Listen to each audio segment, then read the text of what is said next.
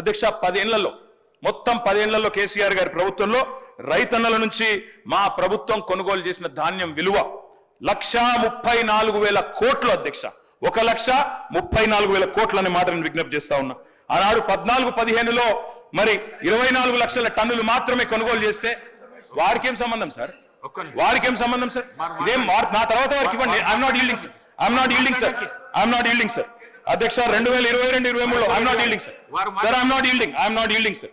తర్వాత నా తర్వాత వారే మాట్లాడతారు. I'm not yielding sir. 2022-23లో ఒక ధాన్యం మొత్తం కొనుగోలు 1,30,00,000 టన్నులకు పెరిగింది అధ్యక్ష. కళ్ళం నిండా ధాన్యం వచ్చింది, కళ్ళ నిండా ధైర్యం వచ్చింది. ఎటు చూసినా తెలంగాణలో పచ్చని పొలాలు, పంట రాసులు కనబడతా ఉన్నాయి. పంజాబ్ ను, హర్యానాను తలదన్నే విధంగా దేశానికే ధాన్య భాండాగారంగా మార్చింది తెలంగాణను ఖచ్చితంగా కేసీఆర్ ప్రభుత్వమే. ఈ విషయంలో ఎవరికి కూడా అనుమానాలు అవసరం లేదు అధ్యక్ష. ఈ రోజు ఒకనాడు వలసలు ఇక్కడి నుంచి పోయే వాళ్ళ అధ్యక్ష తెలంగాణ నుంచి రైతులు, కానీ ఇవాళ మన తెలంగాణకు వలసలు వస్తా ఉన్నారు అధ్యక్ష. ఉత్తరప్రదేశ్ నుంచి, జార్ఖండ్ నుంచి, ఒరిస్సా నుంచి, బీహార్ నుంచి పక్క రాష్ట్రాల కూలీలు మన రాష్ట్రానికి వస్తున్న మాట వాస్తవం కాదా అధ్యక్ష? పత్తి చేనులలో పత్తేరుతున్న మాట వాస్తవం కాదా? ఇవాళ వలసలు వాపసైనాయి, పల్లెలు కలకల్లాడుతున్నాయి.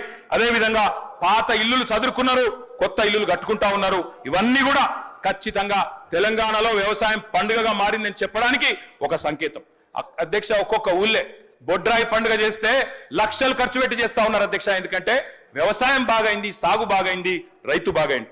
మేము ఢిల్లీకి పోయినాం అధ్యక్ష. కేంద్ర మంత్రి గారిని అడిగినాం, కొన అంటున్నారు, ఎందుకు కొనరు బియ్యం అని. ఆయన అన్నాడు, ఇంతెట్లా పెరుగుతుందా, ఏం చమత్కారం చేసింది అన్నాడు అధ్యక్ష.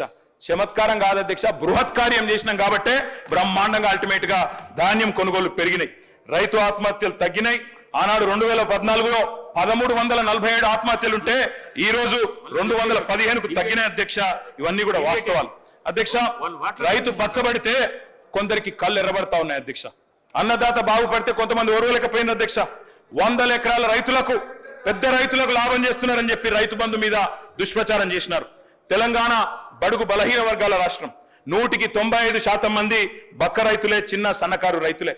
వారికి ఇవాళ ప్రభుత్వం ఇచ్చిన లెక్కల ప్రకారం, మా దగ్గర ఉన్న లెక్కల ప్రకారం కూడా అధ్యక్ష 72,000 కోట్ల రైతు బంధులో మనం పెద్దవాళ్ళకి ఇచ్చిండ్రు అని ప్రచారం చేసిన అధ్యక్ష. 1.39% మాత్రమే 10 ఎకరాల పైన ఉన్న వాళ్ళకి పోయింది అధ్యక్ష.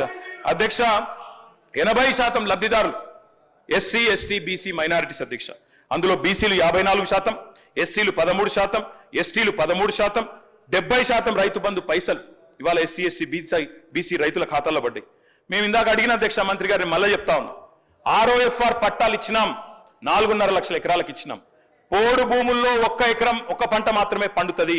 దయచేసి నేను మంత్రి గారిని కోరుతా ఉన్నా, తప్పు చేయకండి. కేవలం 1 పంట పండుతుంది కాబట్టి గిరిజన రైతులకు కోతలు పెడతాం, రేపటి రోజున ఖచ్చితంగా వారికి 2వ పంటకి ఇవ్వం, వారు 1 పంట పంటే పరిస్థితి ఉంటే మంచిది కాదు అన్నట్టుగా కటింగ్ పెడితే మంచిది కాదు అని వారికి నేను విజ్ఞప్తి చేస్తా ఉన్నా. మరి బాగుపడాలంటే పరిశ్రమలకు పెద్ద పెద్ద ప్రోత్సాహకాలు ఇస్తాం అధ్యక్ష. నేను పరిశ్రమల మంత్రిగా పనిచేసిన కాబట్టి తెలుసు నాకు. పరిశ్రమలకేమో రెడ్ కార్పెట్ ఇస్తాం, పెద్ద పెద్ద ప్రోత్సాహకాలు ఇస్తాం, కానీ రైతు కాడికి వచ్చే వరకు మాత్రం కటింగులు పెట్టే ప్రయత్నం చేస్తున్నాం. ఇది మంచిది కాదు అనే మాట కూడా నేను వారికి విజ్ఞప్తి చేస్తా ఉన్నా.